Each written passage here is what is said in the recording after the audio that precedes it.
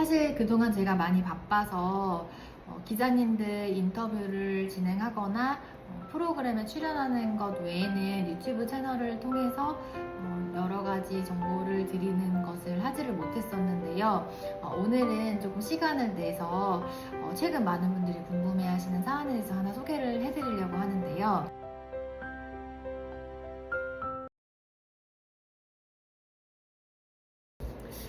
오늘 소개해드릴 사건은요, 요즘 많은 분들이 고민하고 계신 소위 사이버 명예훼손 그리고 모욕죄 고소를 당하신 의뢰인의 사안인데요. 이 사건은 사실 처음부터 조금 어려운 사건이라고 생각을 했던 사안이라 많은 분들에게 도움이 되지 않을까라는 생각으로 좀 소개를 해드리려고 합니다.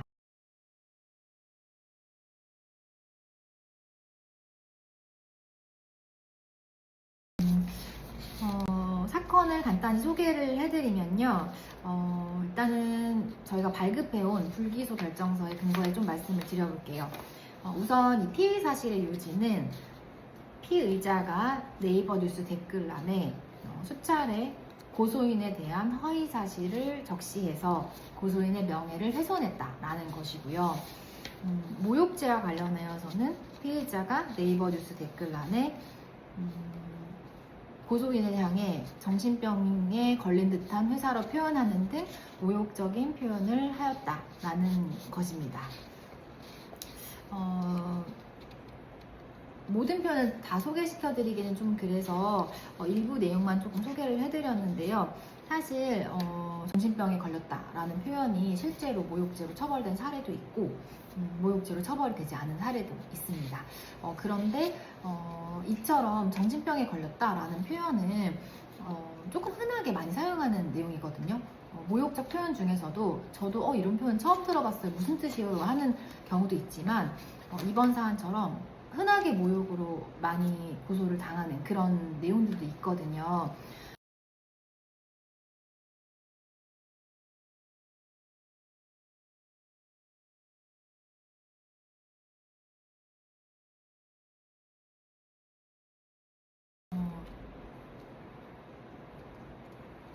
의뢰인분이 작성하신 글이 여러 개였는데 제가 판단할 때는 적시한 사실만 가지고 명예훼손에 해당하지 않는다라고 주장할 수 있는 글들이 있었고요. 일부 글은 피해자 측이 저희 의뢰인이 허위 사실이라고 인식하지 않고 쓴 글이라고 보이는 글들이 좀 있었습니다. 다만 제가 여러 가지 저는 정황이랑 맥락을 봤을 때에는 실제로 고소인 주장대로 피해자가 작성한 글 자체는 허위 사실이 맞다라는 생각이 좀 들었거든요.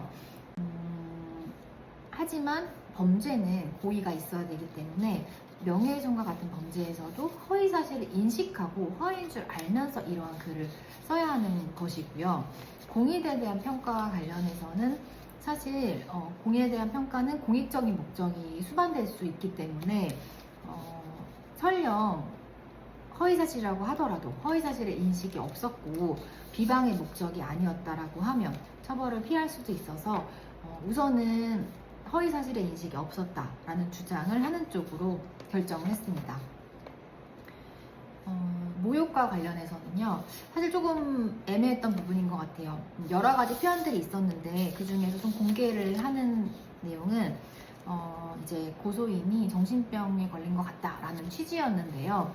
사실 이 부분은 고소인이 정신병에 걸린 것 같다라는 취지를 고소인을 특정한 것이라고 오해는 할 수 있지만 실질적으로 피의자가 그렇게 생각하고 작성한 글은 아니었고요. 그리고 이 표현 자체가 사실 모호하다고 생각이 들었어요. 그런데 이제 고소인의 구소장 내용을 보니까 정신병에 걸렸다라는 표현과 관련해서 처벌이 된 사례들을 첨부를 했더라고요. 그래서 저는 정신병에 걸렸다라는 표현이랑 관련해서 처벌이 되지 않은 사례, 그리고 저희 회사에서 그동안 수많은 사건을 진행하면서 굉장히 수위가 높았지만 모욕적인 표현으로 모욕죄가 성립되지 않은 그런 성공 사례들을 모두 제출을 해서 이 정도의 표현은 모욕이라고 보기가 어렵다라는 취지의 의견을 제출하는 방식으로 진행을 했습니다. 그런데 이제 경찰에서는요, 우선은 이 건과 관련해서 일부 기소 의견으로 송치가 됐고요. 일부는 불송치 결정을 내렸습니다. 사실 근데 저는 이렇게 나올 것이라는 것을 처음부터 좀 예상을 하기는 했거든요. 진행을 하다 보면 경찰과 검찰의 의견이 비슷한 케이스들도 있고 갈리는 케이스들도 있고 그렇기는 한데요. 제가 느꼈을 때는 수사관님들 입장에서는 이 정도면은 모욕이다, 정보통신망법 위반 명예훼손이다 라고 판단할 수 있겠다라고 생각했던 부분들이 있었기 때문에 의뢰인에게 처음부터 일부 기소가 될 수 있다. 하지만 적극적으로 문제 취지로 한번 주장을 해보겠다라고 안내를 사실 드렸고요.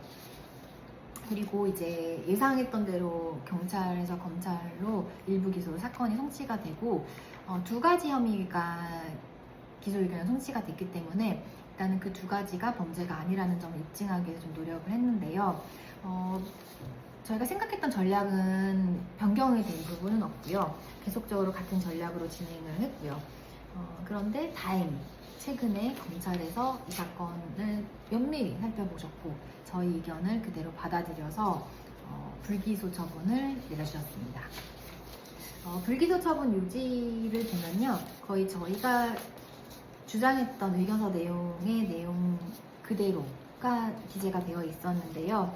앞서 설명드린 것처럼 일단은 피의자가 기재한 사실이 허위사실이라고 보기가 어렵고 가사 허위사실이더라도 이를 인식하면서 기재하였다고 단정하기 어렵고 달리 이를 인정할 만한 증거가 없어서 증거 불충분하고 혐의가 없다라는 판단을 하였고요.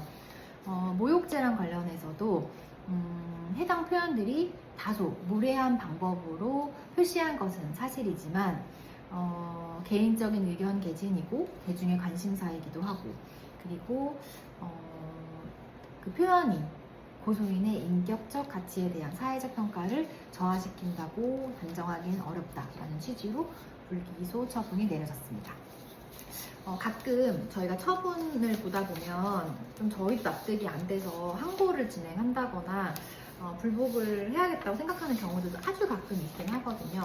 근데 이번 사안은 사실 제가 생각했던 대로 결과가 나온 것 같습니다.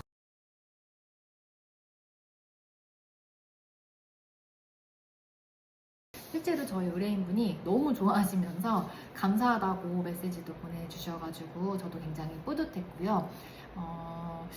요즘에는 사실 개인들뿐만 아니라 공인이라든지 기업이나 회사 등에서도 많이 고소를 진행하고 있기 때문에 큰 기업에서 고소를 하게 되면 지레 이제 겁을 먹고 많이 놀라시는 분들이 많거든요.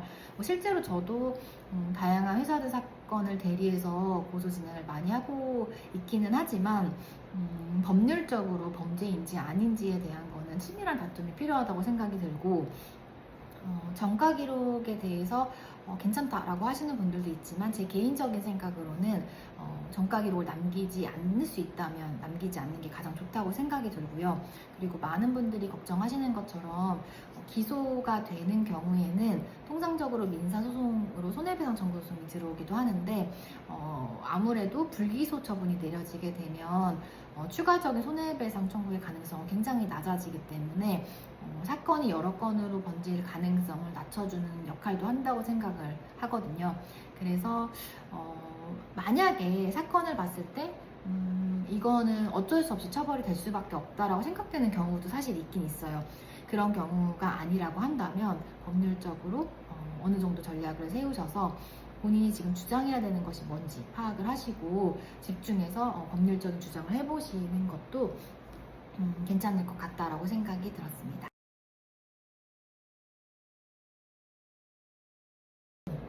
오늘 소개해드릴 내용은 여기까지고요. 명예훼손죄나 모욕죄 사건은 사실 각각 케이스별로 너무 다른 부분들이 많아서 해당 케이스를 구체적으로 검토하는 게 되게 중요하긴 하거든요.